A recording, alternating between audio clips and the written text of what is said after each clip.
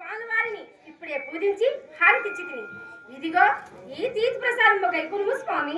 దేవి గోవిందు స్వామి ప్రాణేశ్వర ఆ యోగి జన హృదయాకార విఖ్యాత రాజహంసని ఆ భక్తజన దీక్ష భక్త కంకుని శ్రీ విరాట్పతులూరి వీరబ్రహ్మేంద్ర స్వాముల వారిని నమ్మి సేవించు వారులకు ముక్తి కరతలాకలకమయ్యుండును. నీదంతేనూ ధన్యురాలు. స్వామి ప్రాణేశ్వర శ్రీ విరాట్ విశ్వకర్మ భగవాని పూజా సమయమున నీ ఆశీర్వచన శక్తి నాపై కలిగిన ముక్తికి కొరత ఏమన్నది స్వామి. కానీ నాది ఒక చిన్న సందేశం కలదు. స్వామి వారు చదివించిన అడిగదులు కదా నాదా. దేవి ఏ నా సందేహము శీఘ్రముగా తెలుపును. 84 లక్షల జీవరాశులలో ఈ మానవ జన్మలో ఉంచుట దుర్లభము కదా స్వామి. ఒక్కవేళ ఆ బ్రహ్మపతి పొందవలనన్నా తాను ఎలా సాధించవలనో తెలపండి నాదా. దేవి గోవిందు అలాగే తెలుపగను. నిర్మల చిత్తురాల వైవినము మహాధనిరాలు స్వామి.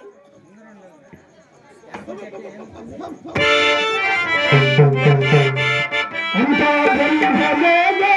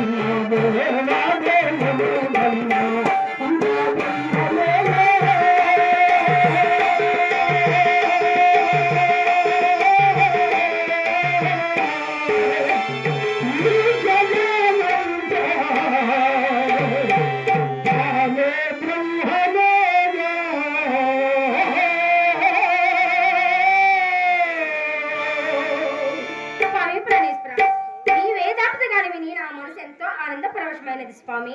దేవి గోవిందు స్వామి వినింత మాత్రంలో ప్రయోజనం లేదు, విని ఆచరించి వారు దండుల సుమ. దేవి స్వామి నీకు ముఖ్యముగా తెలపవలసిన ముఖ్యాంశం ఒకటి ఉన్నది.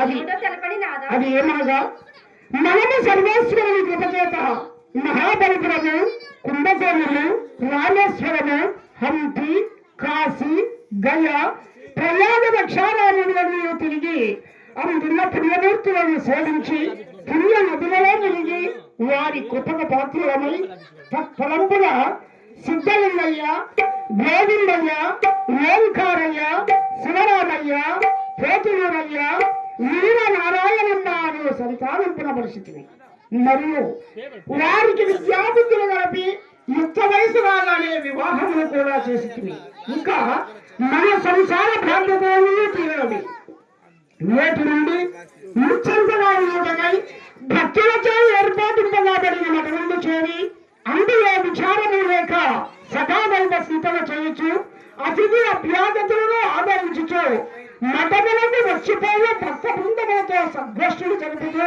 వారుల జన్మ తరించి మార్గమును ఉపదేశించి మన జన్మను కూడా తరింపజేసుకుంటుంది దేవి.